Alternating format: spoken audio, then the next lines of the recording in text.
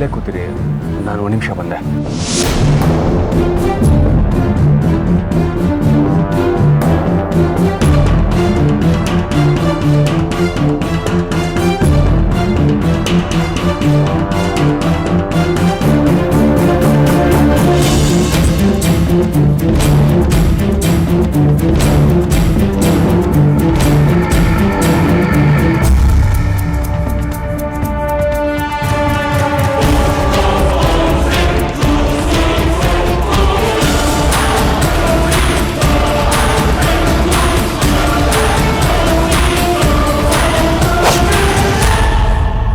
ಕೊನೆ ಆಸೆ ಏನಾದರೂ ಇದೆಯಾ?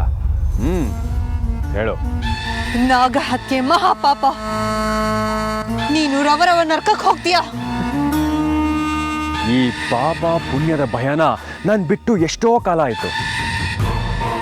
ಆದರೂ ನಿನ್ನ ಮೇಲೆ ಕರುಣೆ ತೋರಿಸಿ ಕೊನೆ ಆಸೆ ಏನು ಅಂತ ಕೇಳಿದ್ನಲ್ಲ, ಅದು ನನ್ನ ತಪ್ಪು. ಒಂದು ಕ್ಷಣನೂ ವ್ಯರ್ಥ ಮಾಡೋ ಹಾಗಿಲ್ಲ. ನಿನ್ನ ಕಥೆಗೆ ನಾನೇ ಮಂಗಳ ಹಾಡಿ ನಿನ್ನ ಪಾಲಿಗೆ 20 ಎಳ್ಳು ನೀರು ಬಿಡ್ತೀನಿ.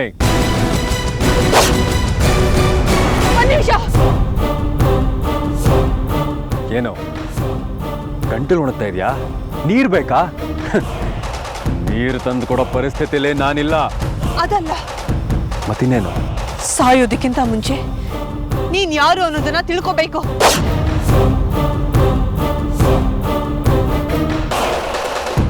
ಶಾಸ್ತ್ರಿಗಳೇ, ಅವರಿದೆ ಇದೇ ಕಾರಲ್ಲಿ ಹೋಗಿರೋದು.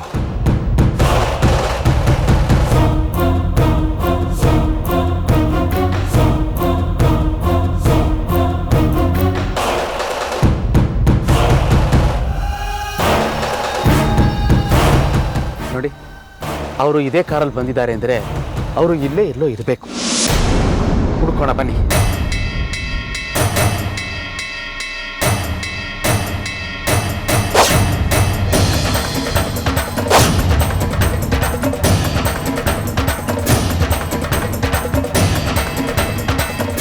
ನಿನ್ನ ಅತಿ ಬುದ್ಧಿವಂತಿಕೆನ ನನ್ನ ಹತ್ರ ತೋರಿಸ್ಬೇಡ, ಫಲಿಸೋದಿಲ್ಲ.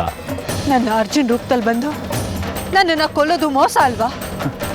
ನಾನೇ ನಿಮ್ಮ ಮನೆ ಸೊಸೆ, ನಾನು ನಾಗಿಣಿ ಅಲ್ಲ ಅಂತ ಹೇಳಿರೋದು ಮೋಸ ಅಲ್ವಾ? ಯಾಕೆ ಸುಮ್ಮನೆ ಇದೆಯಾ? ಮಾತಾಡೋ. ನ್ಯಾಯ, ನೀತಿ, ಧರ್ಮಕ್ಕೆ ನಾಗಗಳು ತಲೆ ಬಾಗ್ತವೆ ಅಂತ ನನಗೆ ಗೊತ್ತು. ಹಾಗಾಗಿ ನೀನು ಮೋಸ ಮಾಡಿದ್ರೆ ಅದು ತಪ್ಪಲ್ಲ. ಅದೇ ಮೋಸನ ನಾನು ಮಾಡಿದ್ರೆ ಅದು ಅಕ್ಷಮ್ಯ ಅಪರಾಧನಾ? ನೀನು ಹೇಗೆ ಮೋಸದಲ್ಲಿ ನಮ್ಮ ಮನೆಯವ್ರನ್ನ ನಂಬಿಸಿದ್ಯೋ ಅದೇ ಮೋಸದಲ್ಲಿ ನಿನ್ನನ್ನು ಮುಗಿಸ್ತೀನಿ. ಆಗ ಲೆಕ್ಕ ಚುಕ್ತ ಆಗುತ್ತೆ. ಆಗ್ಲೇ ಕೇಳ್ತಾ ಇದ್ದಲ್ಲ ಅದೇನೋ ಲೆಕ್ಕ ಅಂತ, ಅದು ಇದೆ. ಅಂದ್ರೆ ನೀನು ಎಲ್ಲ ಯೋಜನೆನೂ ಹಾಕೊಂಡೇ ಬಂದಿದ್ಯಾ? ಸರಿಯಾದ ಯೋಜನೆ ಇಲ್ಲೇ ನಾನು ಯಾವ ಕೆಲಸನೂ ಮಾಡೋದಿಲ್ಲ.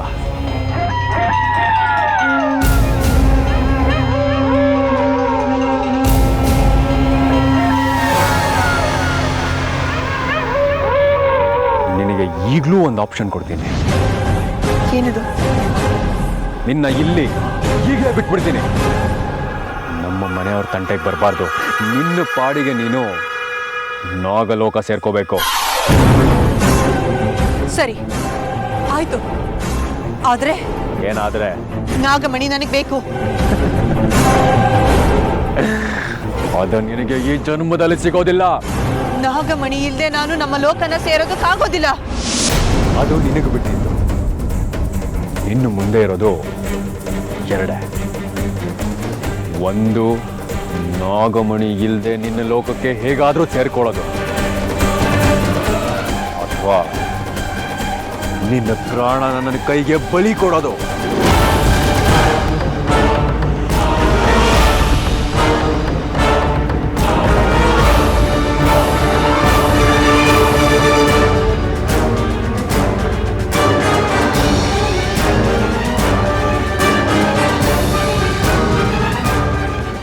ಸರಿ, ನಾನು ನನ್ನ ಪಾಡಿಗೆ ಹೋಗ್ತೀನಿ. ಆದರೆ ಇನ್ನು ಮುಂದೆ ನಿಮ್ಮ ಕುಟುಂಬದವರಿಂದ ನನಗಾಗ್ಲಿ ನಮ್ಮ ನಾಗಕುಲದವರಿಗಾಗ್ಲಿ ಯಾವುದೇ ತೊಂದರೆ ಆಗಬಾರ್ದು. ಆಗೋದಿಲ್ಲ. ಹಾಗೆ ನೀನು ನನಗೊಂದು ಮಾತು ಕೊಡಬೇಕು. ಏನದು? ನೀನಾಗ್ಲಿ ಅಥವಾ ನಾಗ ಕುಲದ ಯಾವುದೇ ನಾಗಗಳಾಗ್ಲಿ ನಮ್ಮ ಮನೆಯವರ ಮೇಲೆ ಹಾಗೆ ಸಾಧಿಸಬಾರ್ದು. ಇದಕ್ಕೆ ನೀನು ಒಪ್ಪಿ ಈಗಲೇ ಆ ಪರಮೇಶ್ವರನ ಮೇಲೆ ಆಣೆ ಮಾಡಿದ್ರೆ ಅವನು ನಿನ್ನ ಈ ಗರುಡ ಮಂಡಲದಿಂದ ಮುಕ್ತಿಗೊಳಿಸ್ತೇನೆ. ನಿಶ್ಚಿಂತೆಯಿಂದ ನೀನು ನಿನ್ನ ಲೋಕನ ಸೇರ್ಕೋಬಹುದು.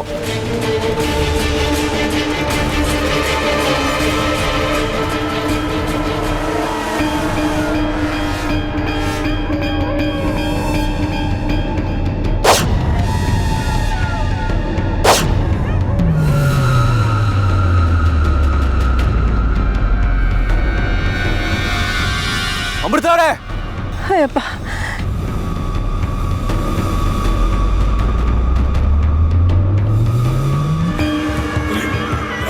ಅಮೃತವರೇ,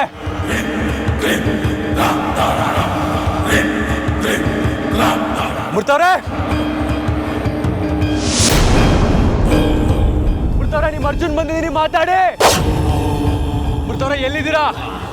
ನಾನು ಮಾತಾಡೋದು ಕೇಳಿಸ್ತಾ ಇದೆಯಾ? ದೇವರೇ, ಒಂದು ಕ್ಷಣ ನಾನು ಕಾಣದೇ ಇದ್ರು ಎಷ್ಟು ಹಿಂಸೆ ಪಡ್ಕೋತಾ ಇದ್ರು. ಇವಾಗ ಅವ್ರು ಹೋಗಿ ಎಷ್ಟು ಹೊತ್ತಾಯ್ತು? ಮಧು ಒಂದೇ ನಾಗಿನಿ ಬಲೆಯಲ್ಲಿ ಬೇರೆ ಸಿಕ್ಕಾಕೊಂಡಿದ್ದಾರೆ. ಅವ್ಳು ಏನೇನು ಹಿಂಸೆ ಕೊಡ್ತಾ ಇದ್ದಾಳೋ, ಇರೋದನ್ನೆಲ್ಲ ಹೇಗೆ ತಡ್ಕೋತಾ ಇದ್ದಾರೋ ಒಂದು ಗೊತ್ತಾಗ್ತಾ ಇಲ್ವಲ್ಲಪ್ಪ.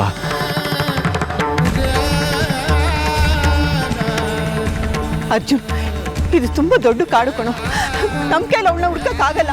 ಅದು ಅಲ್ಲದೆ ಅವಳನ್ನ ಕರ್ಕೊಂಡು ಹೋಗಿರೋದು ನಾಗಿನಿ. ಕರ್ಕೊಂಡು ತುಂಬಾ ಹೊತ್ತಾಗಿದೆ ಕಣೋ. ಹಾಗಂತ ಅಮೃತವ್ರು ಇಲ್ಲಿಂದ ಹೋಗಕ್ಕಾಗತ್ತಾ?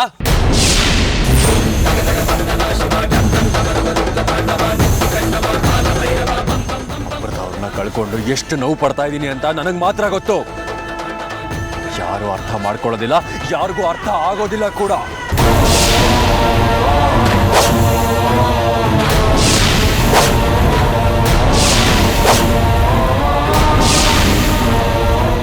ಇವನು ಕೋಪ ಬಂದಿದೆ. ಇವನು ಕೋಪ ಬರೋ ಥರ ನಡ್ಕೋಬಾರ್ದು. ಹಾಗೆ ನಡ್ಕೊಂಡ್ರೆ ನಾಗ ಲಕ್ಷಣಗಳು ಕಾಣುತ್ತೆ. ಅಜ್ಜ, ಕೋಪ ಮಾಡ್ಕೋಬೇಡ ಕಣೋ, ಕೋಪ ಮಾಡ್ಕೋಬೇಡ. ಅವ್ಳು ನಿನ್ ಹೆಂಡತಿ ಮಾತ್ರ ಅಷ್ಟಲ್ಲ, ಅವ್ಳು ನಮ್ಮನೆ ಸೊಸೆ. ಏನೋ ಅವಳ ಮೇಲೆ ನಮ್ಮ ಕಾಳಜಿ ಇಲ್ಲ ಅನ್ನೋ ರೀತಿ ಮಾತಾಡ್ತಿದ್ಯಲ್ಲ ನೀನು. ಇಲ್ಲ ಅಜಯ್, ನಿನಗೆ ನೋವು ಆತಂಕ ಇದೆಯೋ ಇಲ್ವೋ ನನಗೆ ಗೊತ್ತಿಲ್ಲ. ಇವತ್ತು ಅಮೃತವ್ರು ನಮಗೆ ಸಿಗೋವರೆಗೂ ನಾನು ಈ ಜಾಗದಿಂದ ಕದ್ಲೋದಿಲ್ಲ.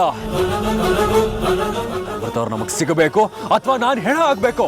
ಅರ್ಜುನ್,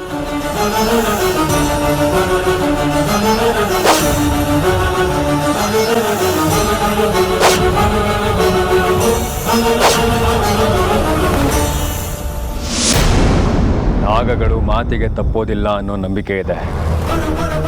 ಆ ನಂಬಿಕೆ ಮೇಲೆ ನಾನು ನಿನ್ನ ಈ ಗರುಡ ಮಂಡಲದಿಂದ ಮುಕ್ತಗೊಳಿಸ್ತಾ ಇದ್ದೀನಿ.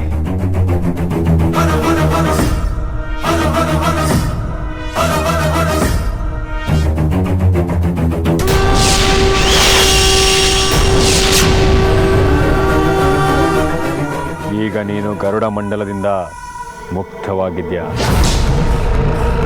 ನಾನು ಏನು ಹೇಳಿದ್ನೋ ಹಾಗೆ ನಡ್ಕೊಂಡಿದ್ದೀನಿ. ಈಗ ನಿನ್ನ ಸರದಿ, ನೀನು ಮಾತು ಕೊಟ್ಟ ಹಾಗೆ ನಿನ್ನ ದಾರಿನ ನೀನು ನೋಡ್ಕೋ. ಅಂದ್ರೆ ನಿನ್ನ ಲೋಕನ ನೀನು ಸೇರ್ಕೋ.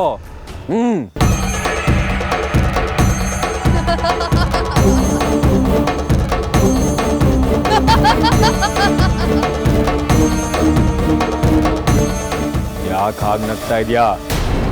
ತಲೆಗಿಲೆ ಏನಾದ್ರು ಕೆಟ್ಟಿದ್ಯಾ? ಹೋಗೋ. ಎಲ್ಲಿಗೆ? ನಿನ್ನ ನಾಗಲೋಕಕ್ಕೆ. ನಾನು ನಾಗಲೋಕಕ್ಕೆ ಹೋಗಲ್ಲ. ನೀನು ಮೃತ್ಯು ಲೋಕಕ್ಕೆ ಹೋಗ್ತೀಯಾ? ಅಂದ್ರೆ ನಿನ್ನಂತ ಮೋಸಗಾರನಿಗೆ ಕೊಟ್ಟ ಮಾತಿನ ಪ್ರಕಾರ ನಾನು ನಡ್ಕೋತೀನಿ ಅಂತ ಹೇಗ್ ನಿರೀಕ್ಷೆ ಮಾಡಿದೆ? ಅರ್ಥ ಆಗ್ಲಿಲ್ವಾ? ನನ್ನ ಅಂತ್ಯ ಆಡೋದಿಕ್ಕೆ ಅಂತ ನೀನು ನಿಂತಿದ್ದೆ ಆಗ. ಈಗ ನಾನು ನಿನ್ನ ಅಂತ್ಯ ಆಡೋದಿಕ್ಕೆ ನಿಂತಿದ್ದೀನಿ. ಕೊನೆಗೂ ನಿನ್ನ ವಿಷಕನ್ಯ ಬುದ್ಧಿನ ತೋರಿಸ್ಬಿಟ್ಟೆ ಅಲ್ಲ, ಅದು ನಿನ್ ತಪ್ಪಲ್ಲ, ನಿನ್ನ ಒಳಗಿರೋ ವಿಷದ ತಪ್ಪು. ಆದ್ರೆ ನಾಗಿನಿ, ಒಂದೇ ಒಂದು ವಿಷಯನ ನೀನು ಮರೆತು ಬಿಟ್ಟೆ ಅಂತ ಅನ್ಸುತ್ತೆ. ಕುದುರೆಗೆ ಲಗಾಮ್ ಹಾಕ್ದವನಿಗೆ ಆ ಲಗಾಮ್ನ ಎಳೆದು ಕುದುರೆಯ ನಾಗಲೋಟನ ನಿಲ್ಸೋದಕ್ಕೆ ಬರೋದಿಲ್ವಾ? ನಿನ್ನ ಗರುಡ ಮಂಡಲದಿಂದ ಮುಕ್ತಿಗೊಳಿಸೋದಕ್ಕಿಂತ ಮುಂಚೆನೆ ನೀನು ಈ ರೀತಿ ಬೀಳ್ತೀಯ ಅಂತ ನನಗೆ ಗೊತ್ತಿತ್ತು.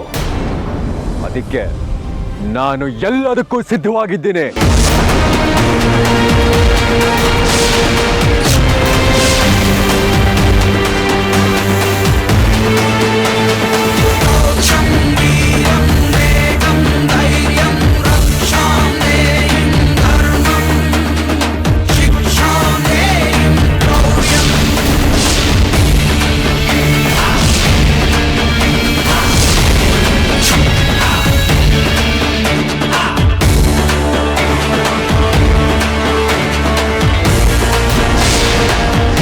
ಯಾಕೆ ನನ್ನ ಒಂದೇ ಒಂದು ಪ್ರಹಾರಕ್ಕೆ ಸುಸ್ತಾಗೋದಾ?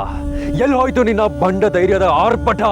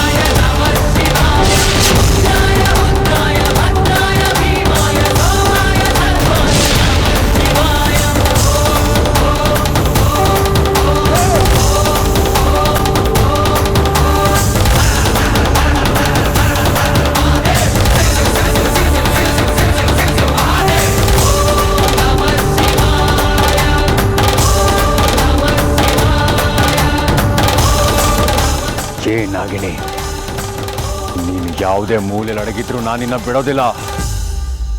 ಈ ನಾಗವನದ ಇಂಚಿಂಚು ನನಗೆ ಗೊತ್ತು.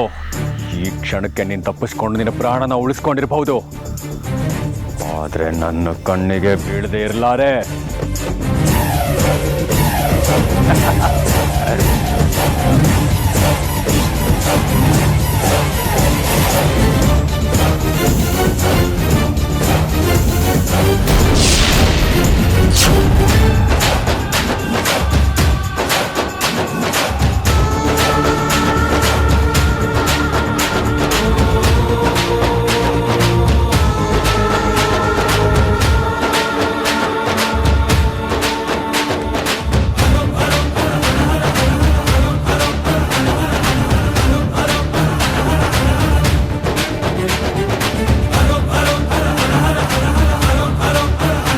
ಅಯ್ಯೋ ದೇವ್ರೆ, ನಾನು ಎಂಥ ಪರಿಸ್ಥಿತಿಯಲ್ಲಿ ಸಿಕ್ಕಾಕೊಂಡ್ಬಿಟ್ಟೆ. ಈಗ ನಾನೇನು ಮಾಡಲಿ? ಬೇರೆಯವ್ರ ಸಹಾಯ ಇಲ್ಲದೆ ನಾನೊಬ್ಬಳೇ ಹೋರಾಟ ಮಾಡಿ ಇವನ ಜೊತೆ ನಾನು ಗೆಲ್ಲೋದಕ್ಕಾಗಲ್ಲ. ಈಗ ನನ್ನ ಸಹಾಯಕ್ಕೆ ಶೀಘ್ರವಾಗಿ ಯಾರು ಬರ್ತಾರೆ? ಶೇಷ ಬರ್ಬೋದು. ಶೇಷನೇ ಕರೆಯೋಣ. ಶೇಷ ಶೇಷ ಶೇಷ ಶೇಷ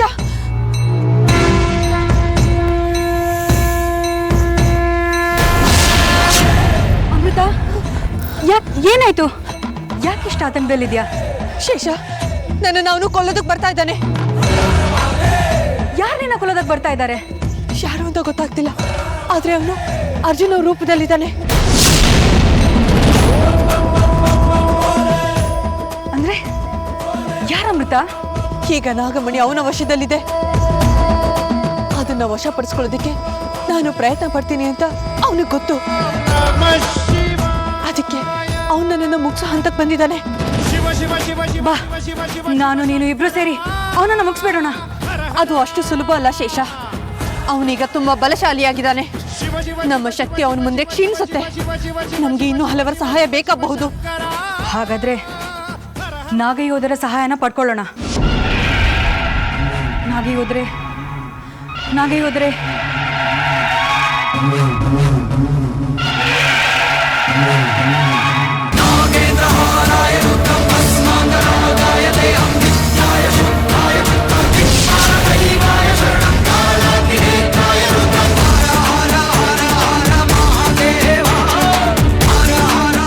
ನಮ್ಮನ್ನು ನೆನೆದ ಕಾರಣ ನಿಮ್ಮ ಸಹಾಯ ಬೇಕು ನಮಗೆ.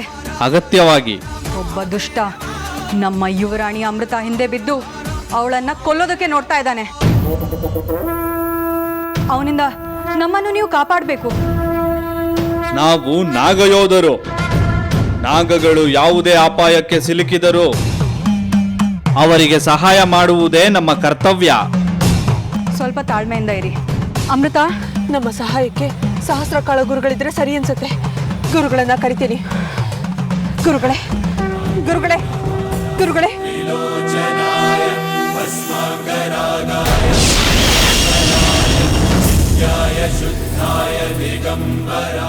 ಗುರುಗಳೇ, ಏನಾಯ್ತು ಮಗಳೇ?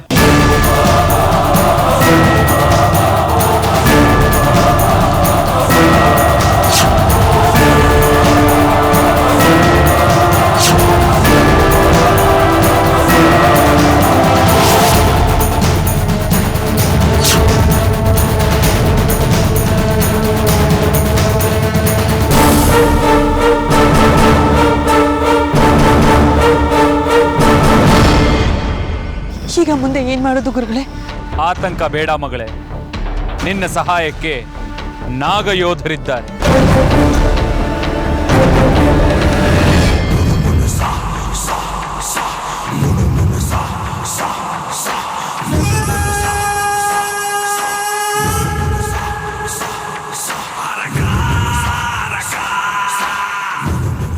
ನಾಗಿಣಿ, ಎಲ್ಲಿ ಹುಡುಕೊಂಡಿದ್ಯಾ? ನೀನ್ ಎಲ್ಲೇ ಅಡಗಿದ್ರು ನಿನ್ನ ಹುಡುಕ್ತೀನಿ. ಹುಡುಕಿ ನಿನ್ನ ಕಥೆನ ಮುಗಿಸ್ತೀನಿ.